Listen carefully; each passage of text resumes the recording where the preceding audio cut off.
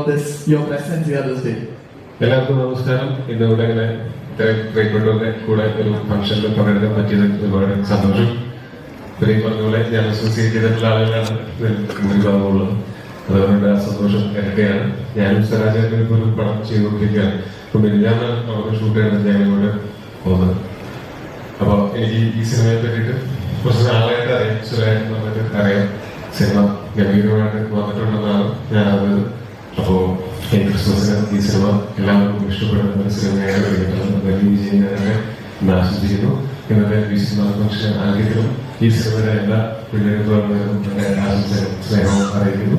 ഇവിടെ വന്നിട്ടുള്ള എല്ലാവരും എന്റെ സ്നേഹവും നന്ദി അറിയിക്കുന്നു. എല്ലാവർക്കും നല്ലത് മാത്രമായിട്ട് താങ്ക് യു സോ മച്ച്.